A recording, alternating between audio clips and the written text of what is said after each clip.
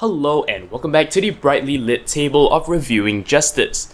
Except once again, we are not really going to review anything because, well, this is a mouse I've had for a very long time and I've recently had several interesting experiences with this device that I'd like to share. You see, this mouse has been with me for many years and well, it's sort of outlived, the expected lifespan. But instead of just going out and buying a replacement, I've actually tried my hand at taking this apart and actually trying to fix it. And I've done several little repairs that, well, I am quite proud of, to be honest, because, well, I'm not really a hardware person. So what I'm going to do today is I'm going to actually take this apart with you and we are going to take a look at what are some of the takeaways I've had from actually repairing this. So yeah, without further ado, let us jump right in. You're watching another Random Wednesday episode on 0612 TV.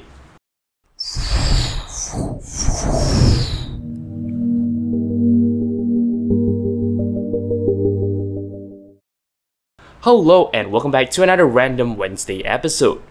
So, alright, this is, well, a pretty well-worn wireless mouse. It is made by Logitech. And yeah, it's been with me for maybe 5 years or so. So yeah, I guess I should begin by explaining what were some of the issues I faced with it. And of course, this is after a long period of use. First of all, scrolling was pretty problematic at times, so that kinda affected me quite badly. And at one point of time, clicks didn't work at all. It actually sort of devolved from, occasionally missing clicks to eventually entirely not responding. So yeah, I decided to take it apart, and while both these problems were fixed at different times, I think the memory is still quite fresh in my head.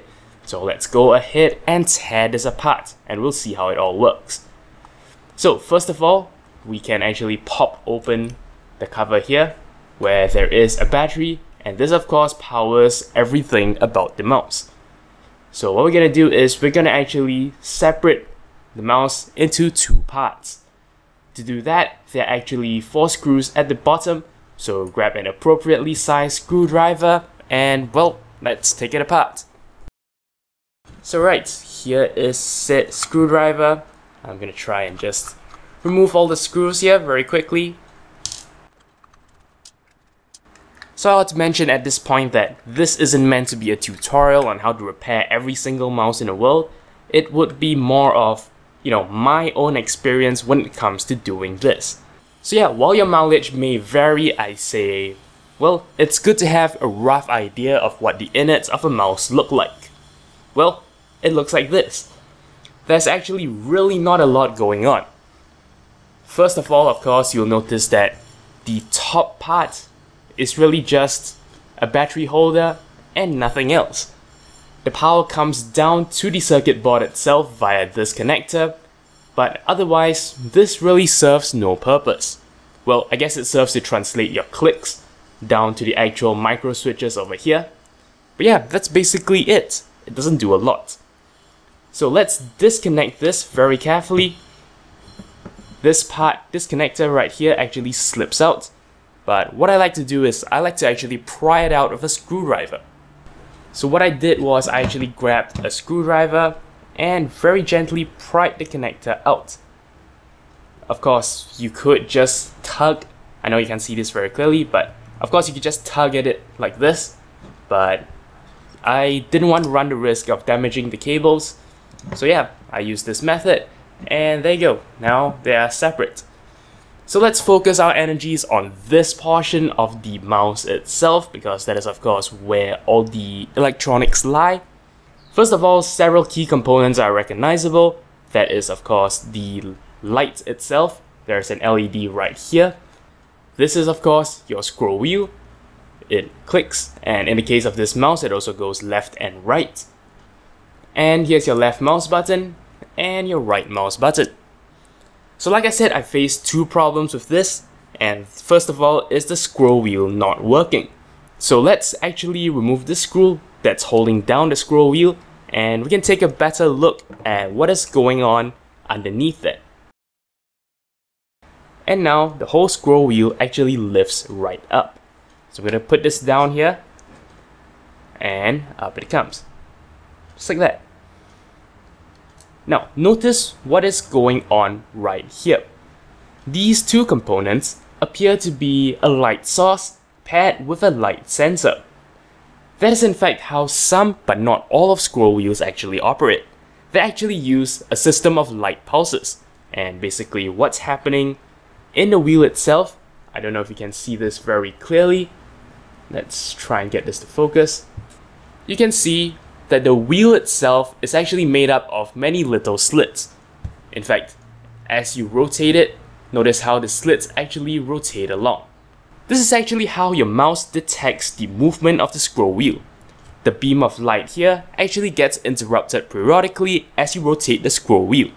When that happens, your mouse is actually able to detect both the direction as well as the speed of motion. And that is how your movement of this physical wheel actually translate to some action that the mouse actually does. So what happens when, a scroll wheel becomes unresponsive? Well, in my case, it's because all these little slits here, they got clogged up with dust and dirt and finger gunk, and that basically causes the beam to not be interrupted periodically like it was designed to be. And as a result, it wasn't able to detect movement of the scroll wheel correctly.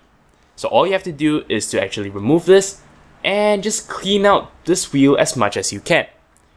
The more these little gaps are visible, the more likely you are to be able to, have the scroll wheel work correctly. So yeah, in this case it's clean because of course I've cleaned it out. So let's go ahead and put it back. Oh yeah, I guess I should mention that the third mouse button, or rather the middle mouse button, actually exists here. So this is the clicky part, and this is the part of the wheel that is spring-loaded and actually presses down on this micro switch, and that is what triggers your middle mouse button press. Oh, and because my mouse has left and right scroll, in fact there are two more little micro switches here and here that sort of trigger the left and right scrolling. So alright, with that said, let us go ahead and put this back and we can look at what is arguably more interesting.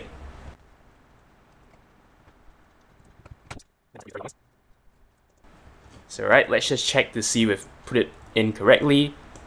Yes, the middle mouse button clicks, left and right clicks. So alright, we're good.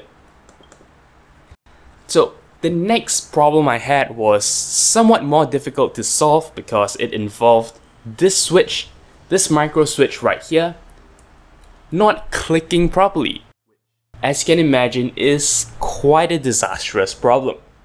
I was actually originally at a loss, as to how to fix this, but as it turns out, there's actually a solution. The micro switch isn't actually a closed component at all. You can actually open up a micro switch and tweak around with its innards. As it turns out, micro switches actually are designed in many different ways, but well, the idea is there is a little tab at the side that you can actually pry open, and that would expose the innards of the micro switch itself. So what I'm going to do here is I'm just going to go ahead and lift this out.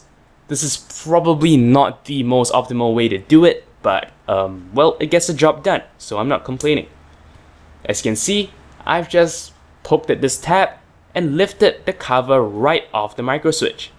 So yeah, as you can see, there's some separation right here, and what I can do is just be very careful because there is a tab, a similar one to this on the other side. So I should be kind of gentle here, as gentle as my hands can be, which is not very gentle at all. But yeah, after a bit of coaxing, this should come right up. Like so. And well, it almost invariably results in a little explosion here. So let's try to explain what we have. This of course is the cover of the micro switch itself, and this little bit that has fallen out of the frame is actually the bit that extends beyond here that gets clicked on. So I'm going to just try and very gently guide that back into position here. Alright, here we go. So now that little switch bit has dropped in and got itself into the slot it's supposed to go in. So let's put this aside for now. Basically, here's how the switch itself works. So yeah, what we have here are actually just several pieces of metal bent into such a position that if I were to press down over here, somewhere here, it clicks. Ah, here we go. I don't know if you can hear the sound on the mic, but yeah, it clicks. The little switch that we've seen in this portion actually reaches through. As you can see, it actually pushes in and pushes on this part here. Except when it doesn't click properly, then you know that, well, it's not doing its job very well. That is why this is actually my fix. Just a little piece of paper put on the inside of the micro switch. You know, I'm gonna try and do that on camera here. And of course you can't see anything because, well, my hands are giant. But yeah, basically all you need to do is to actually drape this little piece of paper over the point of the switch that extends itself down, you know, over the clicky part itself. That of course gives it a little bit of extra thickness, and that makes it click better. And basically all you need to do to get it back in place is to just snap it back on. So just like that. There.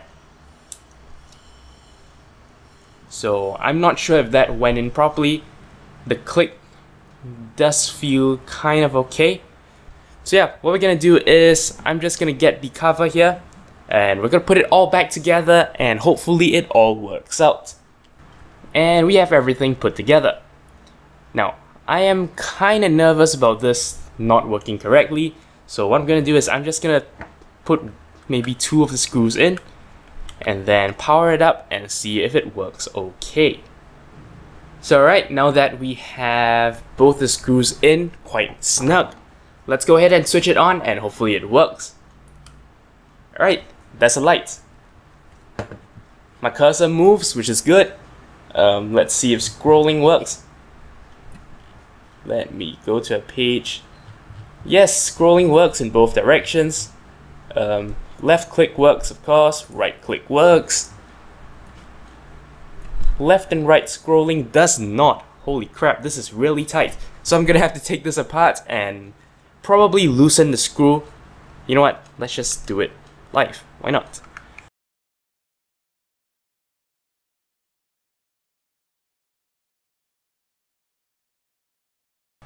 Alright, that feels better. That feels much more reasonable. Let's try that again. Okay, let's try. Yep, that works. Left and right, up and down. So yeah, that is how you, well, I was gonna say that's how you fix a mouse, but not really. That's not really how you fix a mouse. But I guess those were my takeaways on what the inside of a mouse looks like. And just so happens that this video includes 2 things you can do if your mouse ever misbehaves. So yeah, that's all there is for this video. Thank you very much for watching. I hope you learned something today. But until next time, you're watching 0612 TV. Thank you very much for watching. If you liked this video, consider checking out the rest of my work on my channel. Alternatively, you may be interested in a playlist of my earlier work on computing and computer science topics. If you'd like to show me some monetary support, I am on Patreon. You can find a link to my campaign in the video description. Of course, you can simply like this video or leave a comment. I'll be sure to respond as soon as I can. To keep in touch with my future uploads, do subscribe to this channel. And for even more updates, check out the official Twitter account for this channel at 0612TV. Thank you for your support.